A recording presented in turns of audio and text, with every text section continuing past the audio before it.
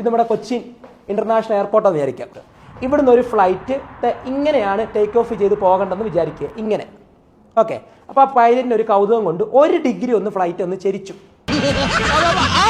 നേരെ തന്നെ അങ്ങ് പോയിട്ട് പോയി ലാൻഡ് ചെയ്ത് വിചാരിക്കുക. അത് ആ ടാർജറ്റിൽ പോയി ഫിനിഷ് ചെയ്യാൻ സാധ്യതയുണ്ടോ? ഇല്ല, വേറെ സ്ഥലത്തായിരിക്കും. എത്ര ദൂരമായിരിക്കും അറിയോ? ഓരോ 60 നോട്ടിക്കൽ മൈലും ഈ ഫ്ലൈറ്റ് യാത്ര ചെയ്യുമ്പോൾ ഈ ഡിസ്റ്റൻസ് എന്നുള്ളത് 1 നോട്ടിക്കൽ മൈലായിരിക്കും. വിച്ച് മീൻസ് ആ ഫ്ലൈറ്റ് പോയി ലാൻഡ് ചെയ്യാൻ പോകുന്നത് ആ രാജ്യത്തല്ല, ആ ഭൂഖണ്ഡത്തിൽ പോലും ആകണമെന്ന് നിർബന്ധമില്ല. അതാണ് 1 ഡിഗ്രി ചെരിഞ്ഞാലുള്ള ഉദാഹരണം. ഇതും പെട്ടെന്ന് മനസ്സിലാകാൻ വേണ്ടിയിട്ട് ആലപ്പുഴ ചങ്ങനാശ്ശേരി റോഡ് എന്ന് പറഞ്ഞ റോഡുണ്ട്, AC റോഡ്. ഇടയ്ക്കിടയ്ക്ക് കാണാം വെള്ളമൊക്കെ കയറുന്ന റോഡ്.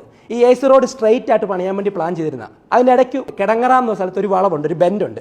ആ ബെൻഡ് nuവർത്ത് പണിതിരുന്നെങ്കിൽ ചങ്ങനാശ്ശേരി ആലപ്പുഴയ്ക്ക് പോകേണ്ട വഴി നേരെ അമ്പലപ്പുഴ പുഴനെ 14 കിലോമീറ്റർ ഇപ്പുറം പോയി നിന്നേനെ. നമ്മുടെ ലൈഫിലെ ഓരോ ദിവസവും 1% വെച്ച് നമ്മൾ നെഗറ്റീവ് ആയിക്കൊണ്ടിരുന്നാൽ മതി, എത്തേണ്ടടുത്ത് എത്തിച്ചേരത്തില്ല.